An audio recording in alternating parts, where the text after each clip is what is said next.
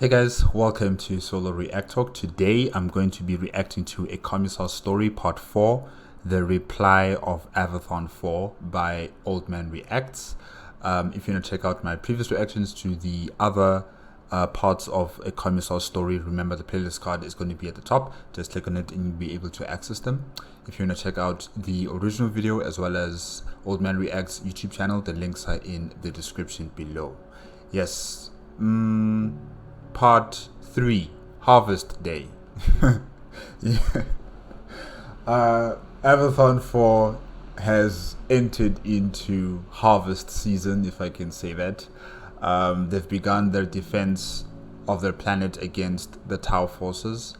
The Commissar, welcomed the fire caste and a water caste member onto the planet. And the Tau gave them their ultimatum, saying that we're here to protect you guys, we're here to give you guys security. If you don't want it, don't worry, we're still going to force it down your throat. The subtle diplomacy and all that nuance nonsense. Yes, the Commissar shot that down very fast by commencing his operation. And they were ambushed. All the Tau forces that were on the planet were ambushed, and it was a success, I think.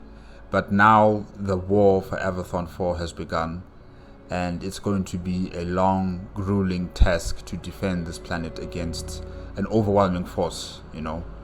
I think the water caste member said there was 80,000 Tau fire caste soldiers, so that's a lot of soldiers. If you've been to an 80,000 seater stadium, you can just imagine how many people are now going to be here fighting against the people of Avathon 4. Yeah, so it's a lot of people. 80,000 is a lot. But yeah, let's start with the reply of Avathon 4. 3, 2, 1, go. The Tauros plowed through the field, and even as the smell of smoke and fire was blown away by the wind, my mind was racing. The regiment was doing as I was doing now, repositioning, heading to fallback points. I reached up and grabbed at my shoulder, and I was still too filled with the rush of the fight to notice the pain, except for just a twitch when I touched the leather. My fingerless gloves came away red. Jeffries, it's strange how easy you can compartmentalize information when you actually need to. The fact I was wounded barely even seemed to register at all. In fact, I think I was more annoyed that I had to take time away from what I had planned to actually get done to get it seen to. Yeah, I'm telling you now, as soon as you sit down and you calm down, that pain will come back. You'll feel it. You will feel it. So right now, I think, you're just in that hype moment. You've just had a success in battling against the Tau. You're driving. You have that energy in you, but as soon as you calm down, you sit down, that's when the pain starts settling back in. Yeah. I curved the wheel to the left and I smelled this little rise in the ground coming out of the side of the field into a path. My foot pushed into the accelerator and I reached up, taking the comm bead out of my ear and sliding into my front jacket pocket.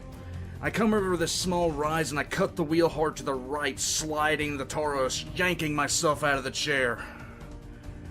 From inside my coat pocket I could hear Kolo's voice, Visarion's voice, other voices issuing orders. They sounded so distant.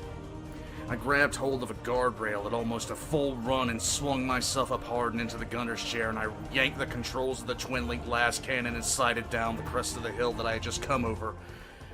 And my breathing slowed. I thought about the water cast. I thought about what he had said. 80,000. I had taken it at face value then, but even as overkill as that number seemed to be, there was simply something off about it. I narrowed my eyes on the ridge and I was concentrating.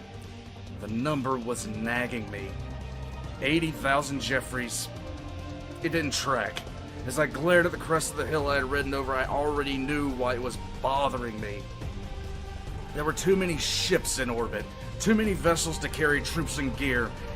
If this had been an Imperial Navy flotilla with the same sorts of ships with the same numbers of transports, well, Jeffries, 80,000?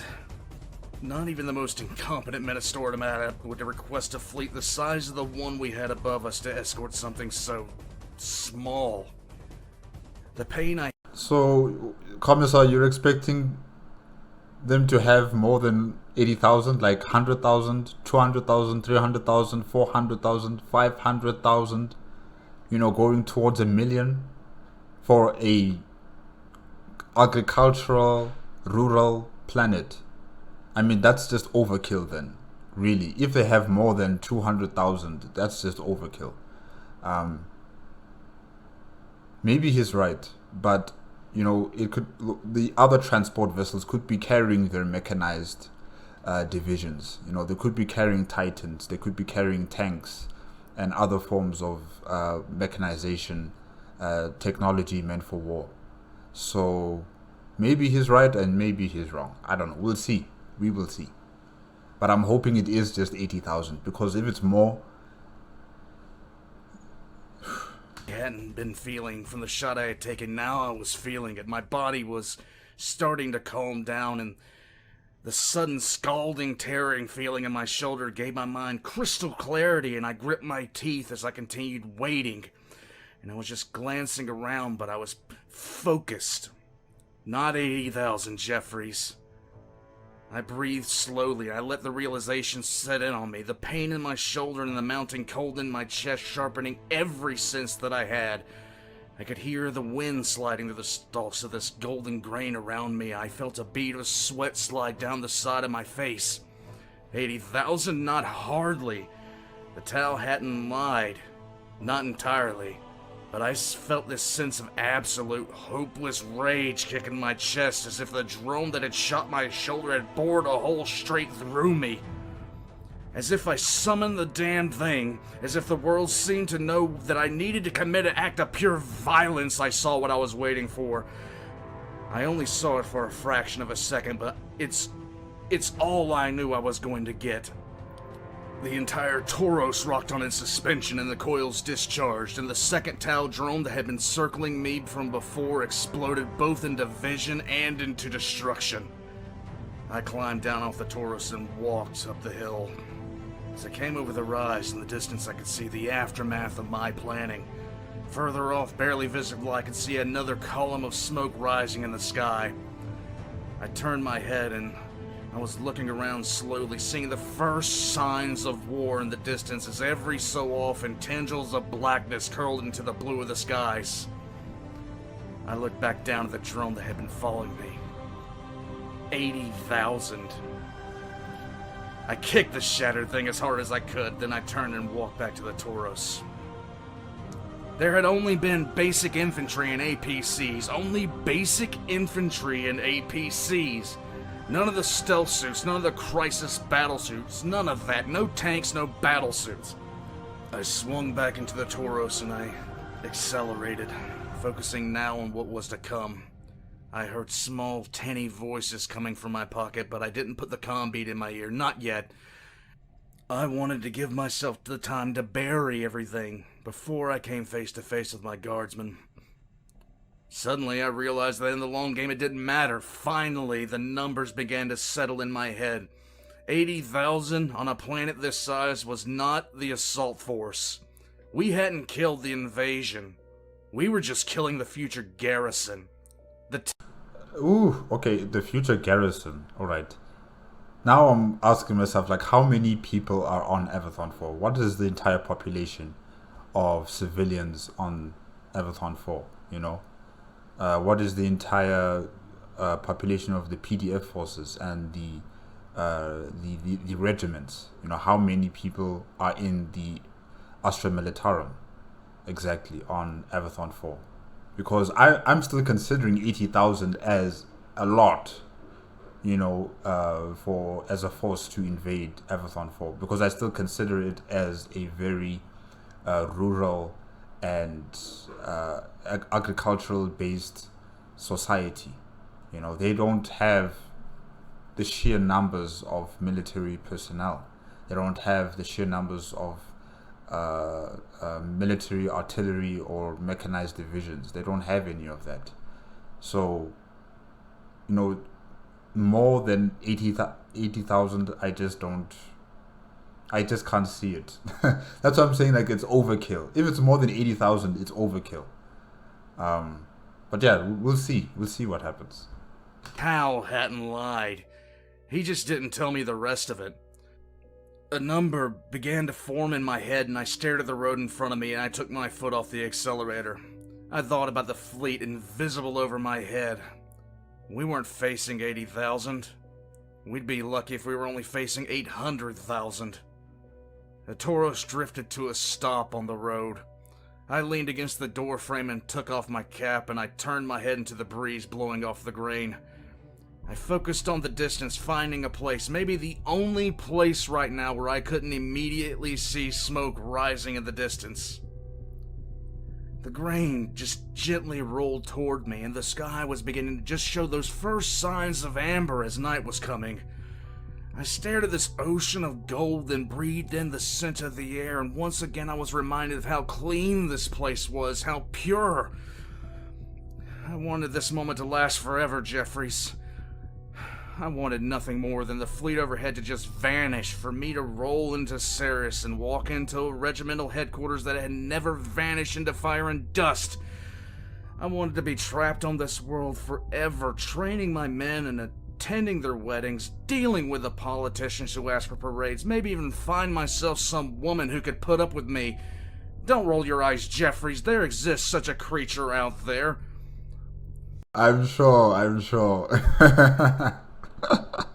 Yeah, the Commissar is valuing, I should say, like, he values where he lives now. He values the type of environment that he's in.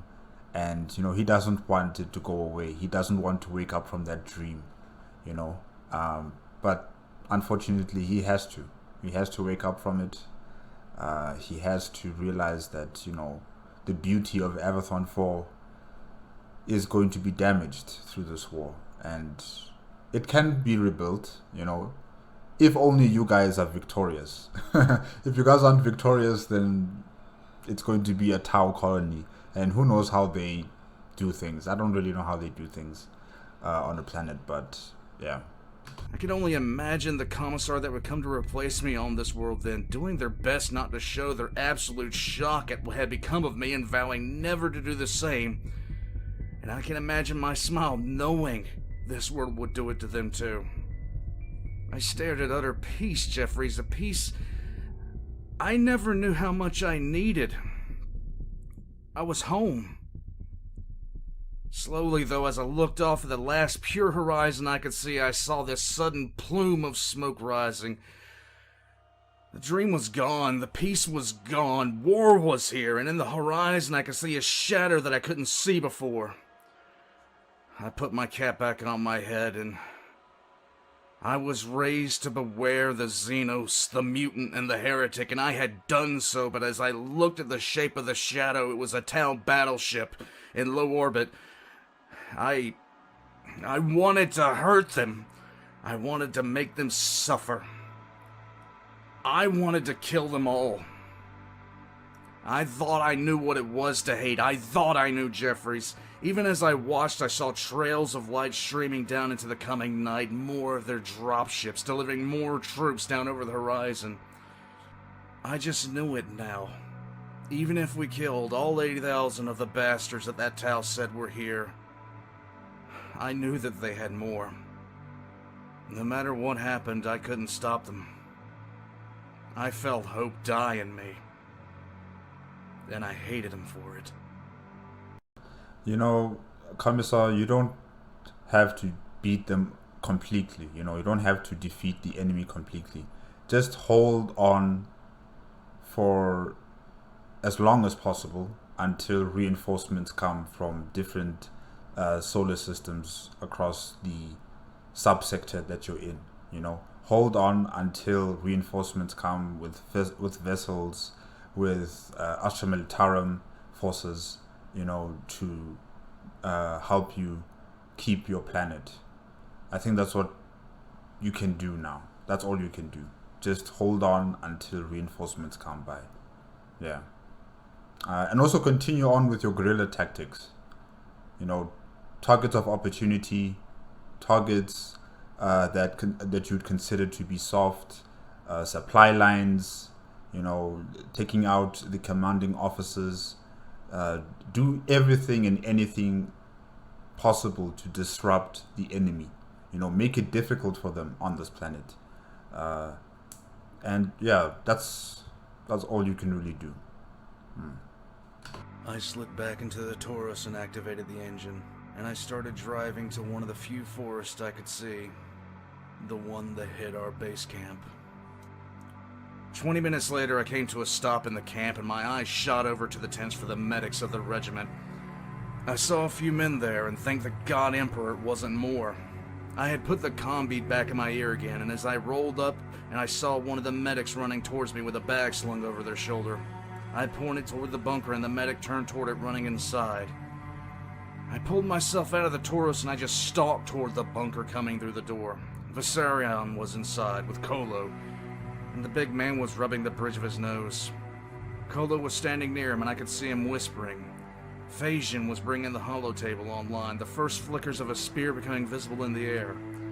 I walked to where the medic was opening their bag and started pulling my coat off. Report? Viserion looked up. The big man was bothered, and I had a feeling I knew what about. Kolo spoke first. All of my men made it back. Kolo motioned with his head to Viserion. We lost 5 from heavy weapons and 2 from infantry. Viserion looked up from where he was looking at the ground. He shook his head and looked like he was going to say something. I held up my hand before he could say anything and nodded to him.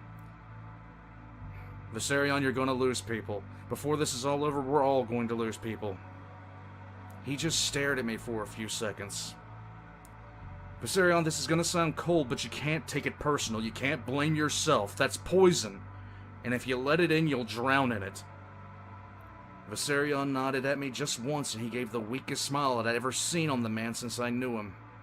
Yeah, the Commissar has a point. You know, as the commanding officer, you must just expect that your people are going to die. You know, don't throw them out needlessly. You know, make sure that it is going to be a worthy fight. You know, that has a clear objective, that has a clear, sight to a long-term victory, or a defense against an overwhelming force. Yeah, you should be prepared for something like this, especially when you're dealing with a very powerful and dangerous adversary as the Tau are. I knew all of them. I almost continued giving the same speech that I would have given to any lieutenant in a regiment that I had been assigned to that had lost troops for the first time. I had fallen back hard into the training the Commissariat had given me, Jeffries, but then I saw the look in Viserion's eye, and suddenly I didn't know what to say. For some reason, all I could think about was that the field I had been looking over before, the smoke that had suddenly appeared on the horizon, I said the only thing that came to my mind. I know. Tech Priest Phasian stepped forward, and I remembered myself. I started to pull my carapace armor off, grimacing at the pain in my shoulder, and the medic stepped forward. You're hit, boss. Viserion stepped up, seeming to just now notice that I was in fact bleeding. I wasn't surprised. I think it's more than a fashion statement that the Commissariat wears black and crimson as our primary uniform colors. At the end of the day, Jeffries, it does make it harder for people to see us bleed. Just a flesh... Interesting.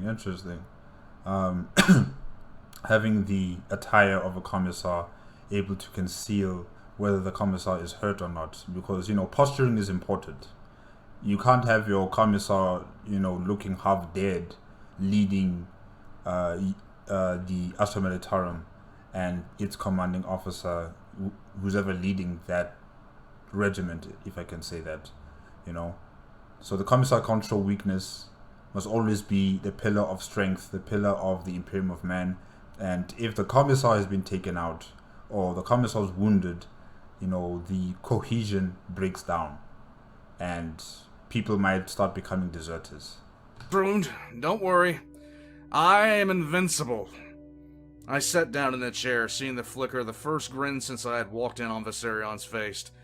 Phasian began to speak as the medic pulled a pair of scissors, and I almost glared at him, then decided to just sit back and allow the man to do his job. I looked to the sphere that resolved into Avathon IV. The counter-strike went off with an estimated 92% efficiency. The majority of the PDF and militia forces opened fire once code word Harvest Day was transmitted, unopened box. Kolo beamed like a child who had just won the prize stuffed groks at a carnival. It was his idea to tell the Tau it was Harvest Day before we started shooting. While the regiment had struck at a column heading to Ceres itself, the PDF had dispersed itself throughout the villages and towns. The attack on the convoy had been signaled by me putting my cap back on, and after Kolo had fired the first round, Vox stations around the planet had transmitted Kolo's own voice saying, "Happy Harvest Day." For a moment, I tried to picture the pure madness as the Tau wondered what was happening before the carnage kicked off. Jeffries, I still wish I had more vid feeds saved at that moment.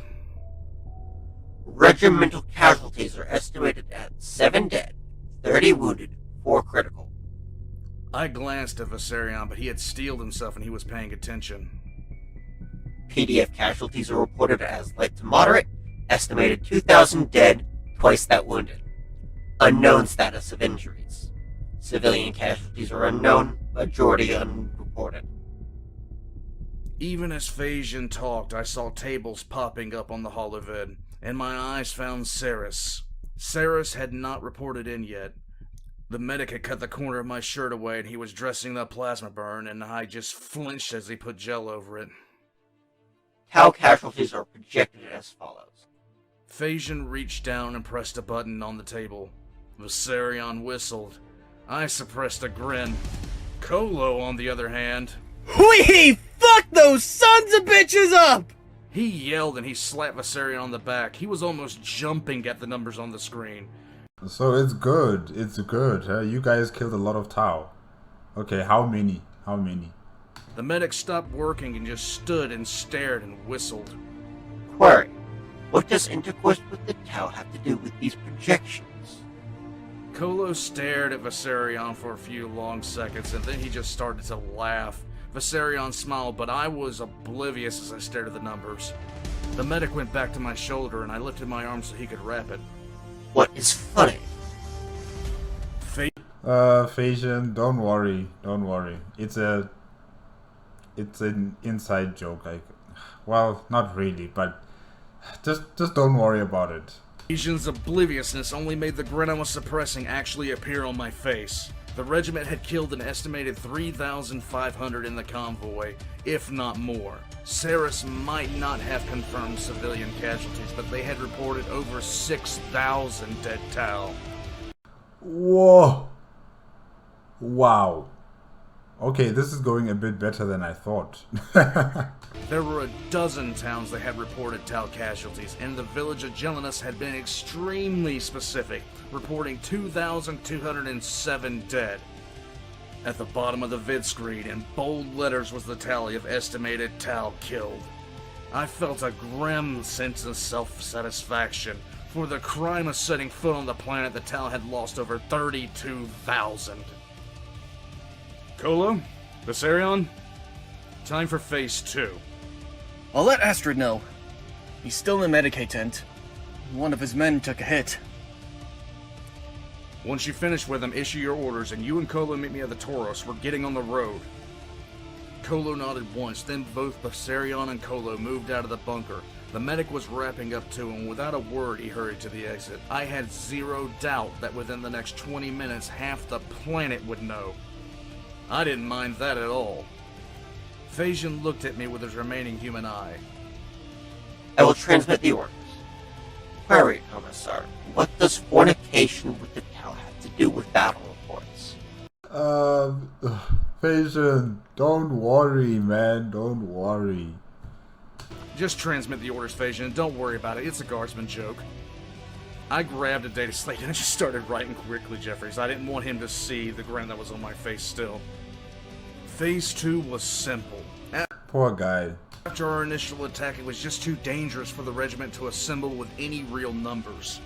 After the hit on the convoy, the regiment had been split down into 30-man fire teams with a mix of Kolos snipers, Visarion's heavy weapons teams, and Astrid's infantry meeting at supply caches. Phase 2 was really simple. Pick targets of opportunity and eliminate them. The fire teams would stay on their toes, staying in the fields for camouflage and to maneuver. The 30-man fire teams would strike just as we had the convoy, doing as much damage as possible within the shortest period of time, and then withdrawing before a response could launch. If a larger target presented itself, the fire teams could combine into larger and larger groups, but each fire team had its own designated fallback point. I wanted to bleed the Tau as much as I possibly could before the end, and nothing good of it would come if I lost half the regiment because one man got tired and didn't see the signs of a Tau drone or a suit following them back. Kolo hadn't understood why we couldn't just stay together, but I felt like I had explained it well enough. The Tau would be trying to find us, track us down, and if at any point they pinned us in a place we were as good as dead, it was better just to split the regiment down into these hard-hitting small units that could hit the Tau in their soft spots, keep them nervous, and if it got messy, make them worried if they were facing one sniper firing from the fields, or 1,000. Fire teams would keep in contact and reinforce each other, band together to assault positions, but they would always fade back into their smaller parts. I stood up and I looked at my chronometer. Barely an hour had passed since I had started a war, but it was a war that I knew I wasn't going to win. But they were bleeding, Jeffries, and I grinned as I stalked out the door. Have faith in yourself, Commissar. You know, have faith in yourself. Have faith in your people. And yes, I like your idea of trying to decentralize your military, you know, make them into smaller units, have them have key targets to neutralize. Like I also said before, you know, destabilize the Tau, destroy their communications, destroy their chain of command, destroy their supply chains. You know, just keep on making it difficult for them to have a foothold on Avathon IV until backup comes. Yeah. Kolo and Visarion were waiting for me at the Tauros. Kolo was rapidly talking to two other guardsmen who had the long las rifles slung over their shoulders. I swung into the driver's seat and I pressed the activation rune and I started the engine. Visarion slid into the chair next to me and I looked over at the massive guardsman for a few seconds. He was staring directly at me. I pressed the activation rune again and the engine cycled down. Do you know where I was stationed before here? I looked up to the hulking guardsman next to me and he just shook his head no. Well, Visarion, my first assignment was on Tyralos. I was a cadet commissar there, and I was there alongside quite literally everyone I had spent more than an hour with. For my entire life. Every student I knew from the Schola, most of my trainers, my mentor, everyone. I leaned back and I pulled the harness across my chest. Well, if you know anything about Tyralos, you know that the planet got invaded by the orcs, Visarion, and I was assigned to the Tyralos 119th, and the rest of us were put in regiments all over the planet. It was some orc warlord that broke away from the war boss known, if you might have heard of him, the Arch-Arsonist of Charadon. Well, he broke off and led a few billion orcs to the Hive World, and we never really found out a reason, Visarion. He probably just wanted to fight. A billion orcs. Oof. I looked out of the front of the Tauros and watched as Kolo turned his head to us, and I held up my hand showing I was in no rush. He went back to talking to his guardsmen. Well, the orcs attacked, and we defended the hives as best we could. And we were trying to hold out until reinforcements got there. The problem was the entire world had just sent out about 30 regiments. They translated into the warp literally 4 days before we got the first signs of trouble. The cadet commissars were put in place because when the alarms were raised, the new regiments hadn't even started basic training. That was just bad luck. That was just bad luck. Just really bad luck. Visarion blew out a breath and I nodded. Oh, don't worry, Visarion, I got worse. Tyrolus has a funny way of building their regiments. They take about 10% of its forces from the veteran PDF troops on the planet, but the rest are going to be raw and they're going to be greener than you'd actually believe. From the time I got my assignment to the time that the first orcs are touching down, 5 days. That's it. That's all we had. Viserion looked back ahead of himself and I sat back in my seat. Viserion is the things that no one expects that happen sometimes. If the orcs had translated 2 weeks prior, they'd have been facing a full-out army of infantry, tanks, and artillery, and they'd have been run right off before they even got used to breathing the air. Instead, they took 2 hives, wiped out over half the PDF, wiped out 90% of the guard, and, well, they killed everyone I knew, Viserion. Everyone? Everyone. I propped my arm against the bar and I drummed my fingers against the chassis of the Tauros. Viserion, I had known most of them since my earliest memories. I had grown up with them. I played with them as a kid. We all shared our first drinks together, and we all talked about trying to find a way to meet back up after we all had our sashes that marked us as Commissars. As silly as that sounds, Viserion, if you can imagine a bunch of Commissars talking about something like that, we did. We really did. I reached down and pulled up on one end of the sash tied around my waist. We all said that, Viserion, and this is the only one that was ever issued. I laid the sash back down on my thigh and I turned my head to Viserion. You know it, and I know it, Viserion. We're gonna lose. We're gonna lose people here. We're gonna lose a lot of people. I know, Commissar.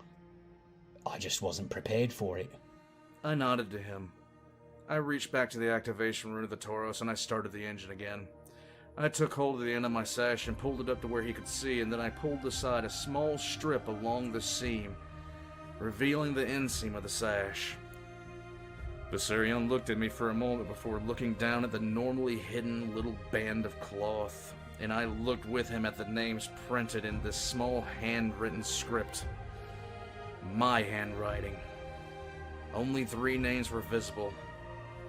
Along the entire inseam of the sash, I had their names recorded. My friends, the people I had grown up with, cadet commissars that had died.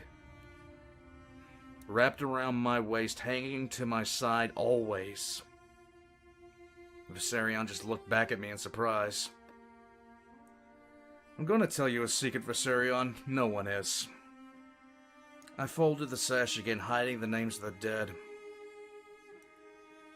They're all with me, even now, Viserion. They all earned their sash. Of course they're with you, Commissar. They are with you. In spirit, they are with you. Yeah. Men, they'll be with you. Even if you lose no one else, the dead will be with you. If I die, I'll be with you. I saw Kolo moving toward the Tauros now as his guardsmen jogging off in different directions. The dead are never really dead, Viserion, not as long as someone exists to remember them. Viserion sat back in his seat and was silent for a few long moments as Kolo closed down on us. Then I heard a grunt and I looked over to see Viserion's lip curled in the beginning of a smirk. What's so damn funny? Well, Commissar, that uniform is out of regulation. I just grabbed a hold of the steering wheel, Jeffries, and I just tried not to grin, looking as serious as I possibly could. So it is. To think our regimental commissar would have let his uniform go like this. Say another word, Viserion, and I'll shoot you on general principle. Viserion, why are you starting this fight, man? Why are you starting this fight? Save it for the enemy. Kolo swung into the back seat. Before Kolo could even speak or strap in, I hammered my foot into the accelerator, even as Viserion started laughing. I felt my smile tugging at the corner of my mouth, but for some reason I kept my eyes narrowed as if I was contemplating murdering him as I glanced over, which normally would make a guardsman quake in their boots. Viserion only laughed harder. As we came out onto a field, I took care not to slide into open view of any roads, using the fields as cover. My guardsmen would be doing much the same, albeit on foot, and it suited us just fine. I think years of physical fitness exercise and endurance training had a lot to do with it. Another large part seemed to be the fact that the men were fighting for their homes. The three of us talked, one of us every so often going silent, only to start speaking rapidly into their comm beads. They hadn't asked where we were going, because it was obvious. We were going to Ceres. I reached for the Taurus' Vox receiver and hailed the city, and I asked to meet one person in particular. But as the outskirts of the city came into view, I almost dropped the receiver and heard Kolos swear, and Viserion leaned forward. Smoke was rising over the city's eastern side.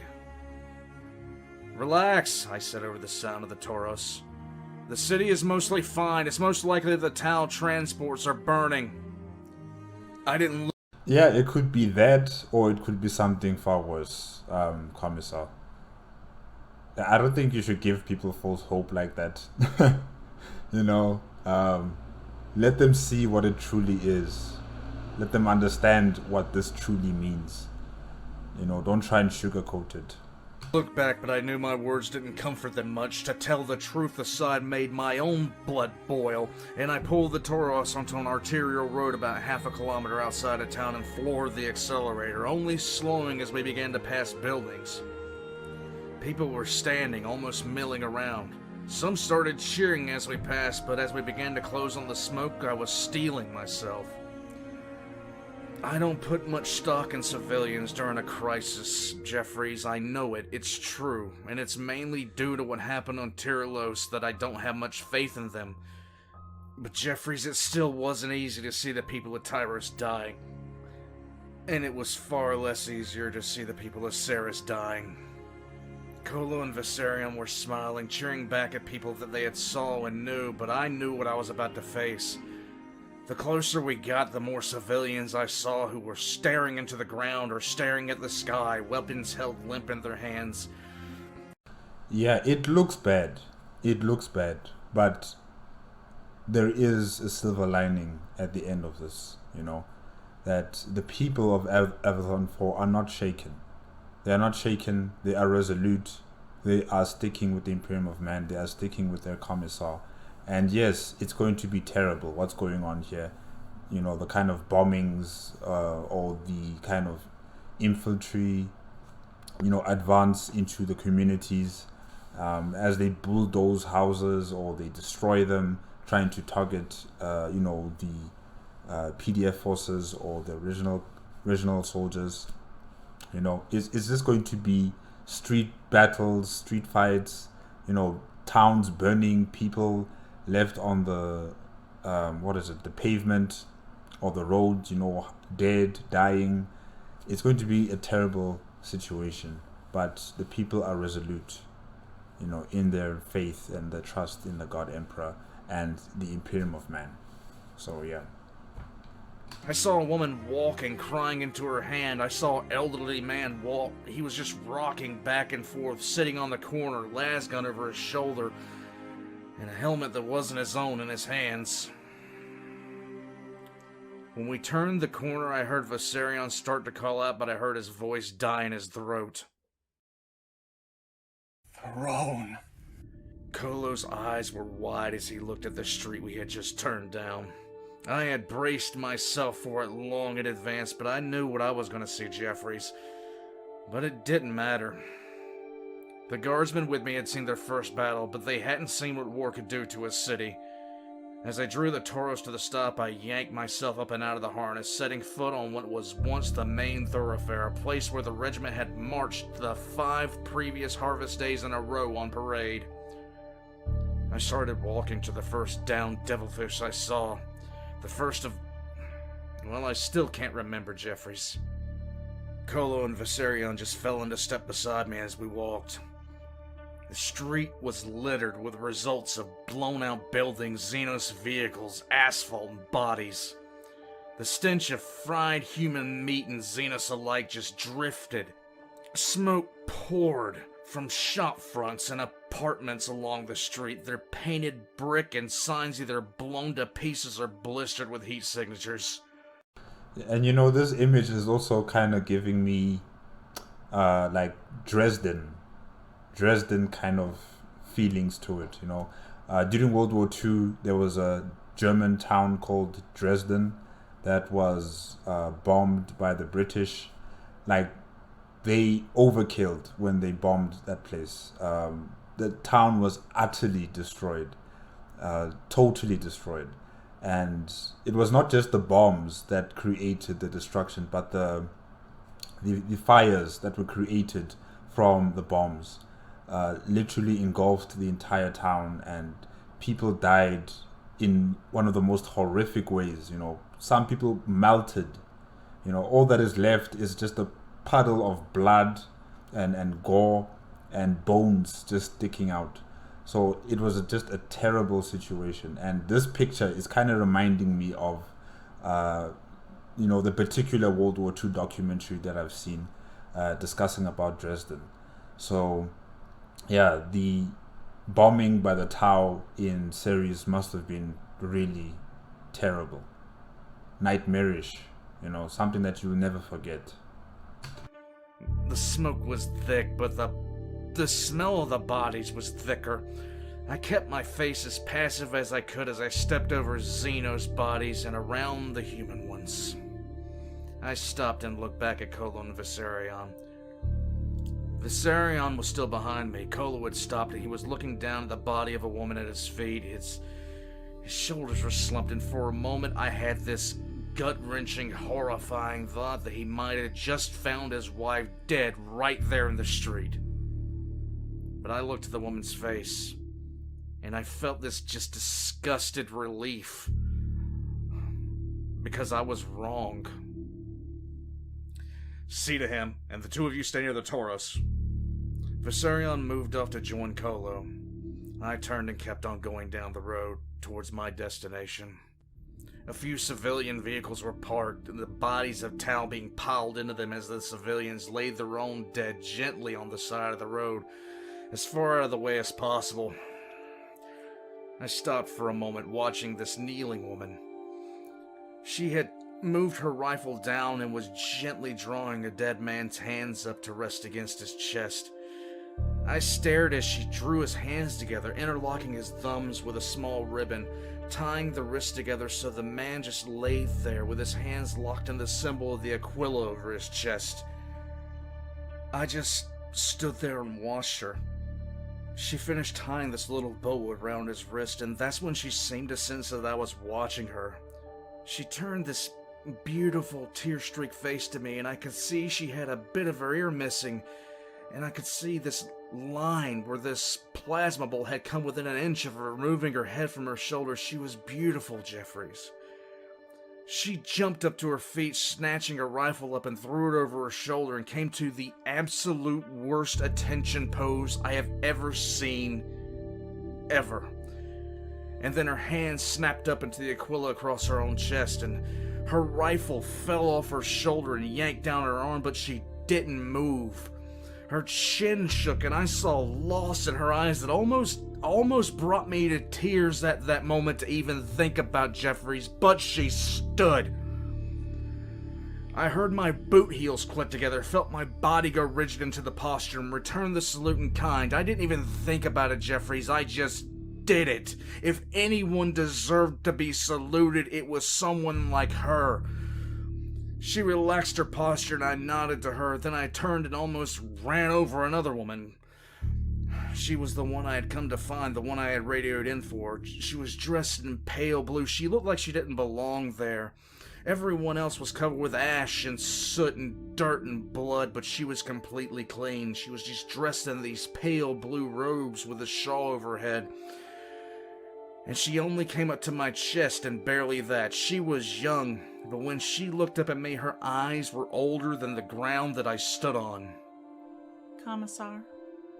6 years on Avathon IV, and this was the first time I had spoken to this woman since I had introduced myself to her. Okay, but who is this woman who is wearing, light blue clothing and it seems as if she's been in like a bunker, maybe, and she's only coming out now to the Commissar. So I'm just wondering, who is she part of? I was waiting at the choir hall, what's left of it, but I figured I'd save you a walk. She didn't mention how she found me in this mess, and I didn't want to know. She held out her hand. Your transmission? I reached to my side and pulled out the data slate that I had brought, and I offered it to her. Oh, is she like an astropath? Okay. She turned and she began walking her way, and apparently she read what she was going to send to the wider Imperium, even as she seemed to instinctively guide her feet around rubble and corpses. I watched as she stopped, and then she looked back to me. Are you sure about these numbers? I heard her, Jeffries, but she didn't say anything. And the thoughts I had just been having about how attractive she would have been if she wasn't a witch froze in my mind. I So she's talking to you telepathically. Okay. tried not to be disgusted, and I almost demanded she stop speaking in my mind, but I remembered where I was, and more importantly, how many people were watching. I just closed my eyes and nodded, and then reopened them. For a moment, I saw genuine sadness cross her features, but only for a moment. Die well, Commissar. I heard her unspoken words, Jeffries. I hear them even now. Without another second's hesitation, she turned and she began to move back through the building that held her and the two other astropaths, who would try to alert the Imperium to what I felt was the true scale of what this world was facing. I felt sick, because finally another person knew what I thought I knew. I would eventually brief Kolo, Viserion, and the others, but that would be later. It would not be now. Jeffries, it was just infantry here as well. And as I looked around, even as I saw the bodies of the Xenos laying dead in droves, I knew what my gut was telling me. No tanks, no specialized suits, none of the robotic battle suits were laying on the ground smoldering, just infantry, and just APCs.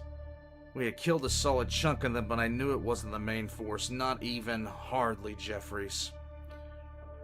When the comm bead went off in my ear, I jerked my head to the side. I wasn't expecting the noise. Tech Priest Phasian's voice was calm, but I could tell even with his mechanical tones there was something underlying it all. Out of the corner of my eye, I noticed people starting to gather in small little groups. Commissar, we are receiving reports from 3 fire teams. The tower landing armor outside of 3 population centers. Wilhelmus, Helios, and Dante are all reporting large landers touching down within 10 kilometers. That was fast. There's more, Commissar. 2 minutes ago, we started receiving a repeating message on multiple frequencies. Patching you in now, message will repeat in less than 10 seconds. I looked around and lowered my head as I heard a chime in my earpiece. People were gathered around each other, listening to the same music that I could hear now playing in my ear. Some sort of light and flowing garbage. Music? Okay. And then it began to quiet down, and then this voice came through and my shoulders stiffened. I, Shasa Viorla Montir Shavelna, commander of the Tau, Krut, Vespid, and Guivesa, trusted of the Ethereals, and most high defender of the Viorla Sept, honored lord of the warriors of Ashea, Kovret, and Foras, general amongst generals, commander of the finest fire warriors, unstoppable leader, the protector of the tenets of the greater good, the hope and comfort to those who embrace it, and the bane of all who come against it. Command this world and all its peoples to surrender to me voluntarily and without any kind of resistance. And do not permit yourself to trouble my forces with your attacks. Respond that you acknowledge and will comply. The answer is never. Never shall we surrender. Never. We will fight you in the forests, in the farmlands, in the mountains, at our lakes, in our towns. We will never surrender.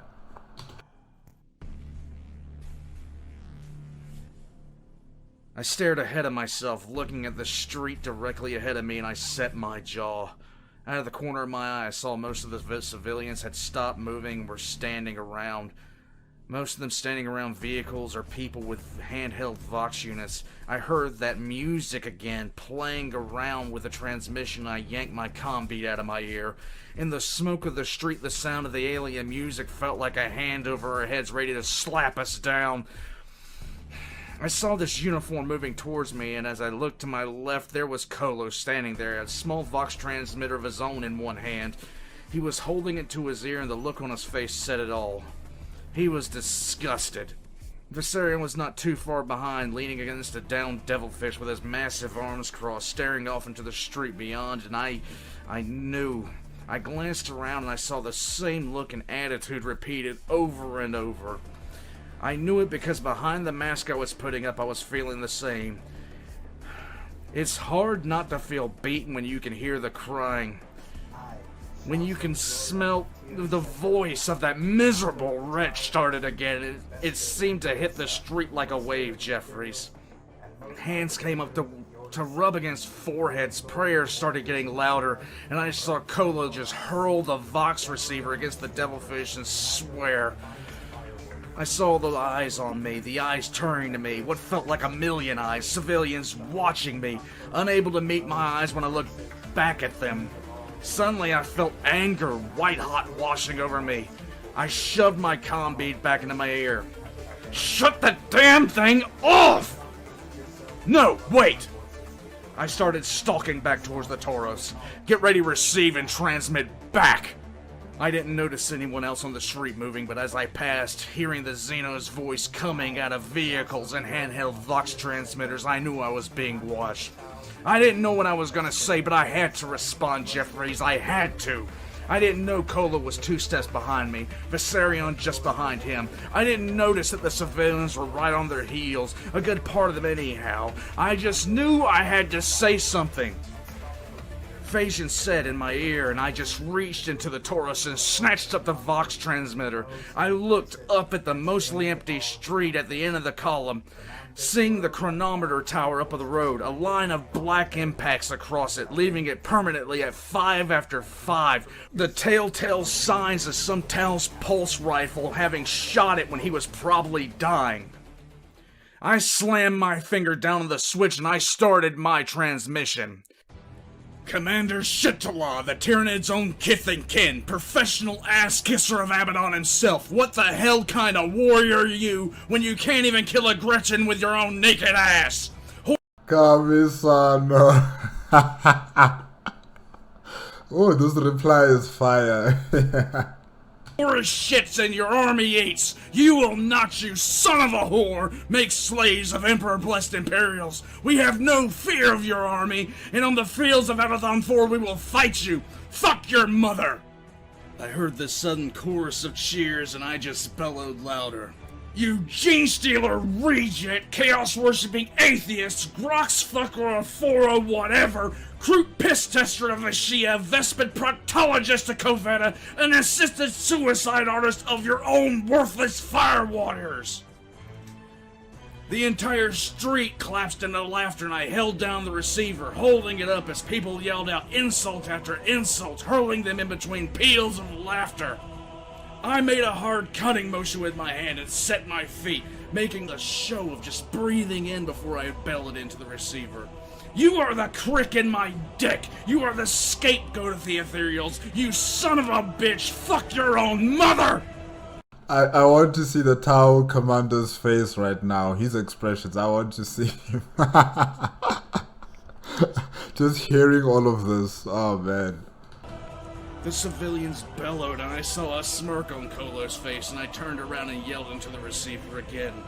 So this world declares you lowlife. You won't be hurting Grox for the Imperials. You'll be the Grox. So I'll conclude because I don't know the time after one of your stupid Tau shot our damn chronometer while they were screaming in pain. We don't know the time. I can't remember what day it is. The sun is up, the stars are out, the year's with the Emperor. The day's the same as it is here, as it is up there, for this kiss our ass. I flung the receiver back in the Tauros hard enough to break it, to even more yells of approval, and suddenly I felt something I wasn't used to feeling, Jeffries. It almost made me jump. But I just relaxed into the warm embrace of a rush of people coming in around me. I felt Viserion at my side, guiding me to the Tauros as I kept my features set in stone. Around us, the civilians were in a frenzy, made even worse by when I jumped in the Tauros and started the engine. Kolo dragged himself into the back, and I watched as the people made way. You know, if they were shaken before, they are ecstatic now, you know. After hearing these words from their Commissar, they are resolute, they are ecstatic, they are ready for round 2. But the Tau are not ready for round 2. That I can assure you. I grinned to myself. Make him hurt, Jeffries. Make him bleed.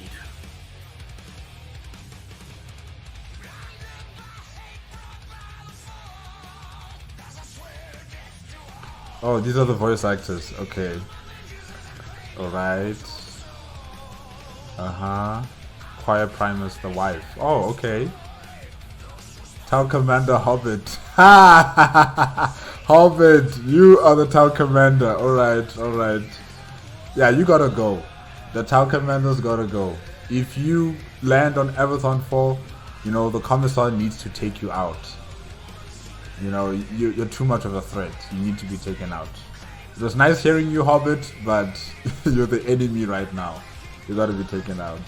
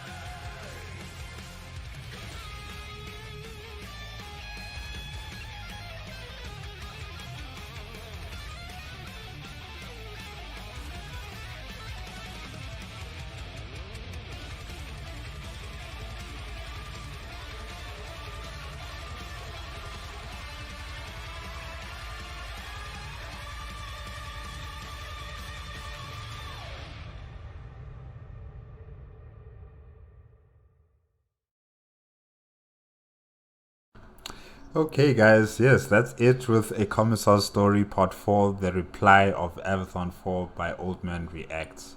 Yeah, the Commissar's reply was, it was fire. It was really fire. It was something unexpected, and I'm sure the Tau Commander, wherever he is, you know, shook. He's shook to the core. He doesn't know how to respond to something like that, probably. And yeah, look, in the beginning of the pod, you know, it's as if reality was setting in for the Commissar. That yes, they did have a nice victory against the Tau in the first opening battle, but things are going to be turning bad very fast for the populace on Avathon 4. And yes, they did have some nice victories. They did kill a lot of Tau, but the Commissar has realized that 80,000 is not the true reflection of how many soldiers the Tau have brought for the invasion of Avathon 4, and it could be in the hundreds of thousands. And yeah, all they have to do is just sit tight, use guerrilla tactics, kill targets of opportunity, destroy the supply lines, destroy the command structures, just make it difficult for them to have a hold on Avathon 4 until reinforcements come to the planet.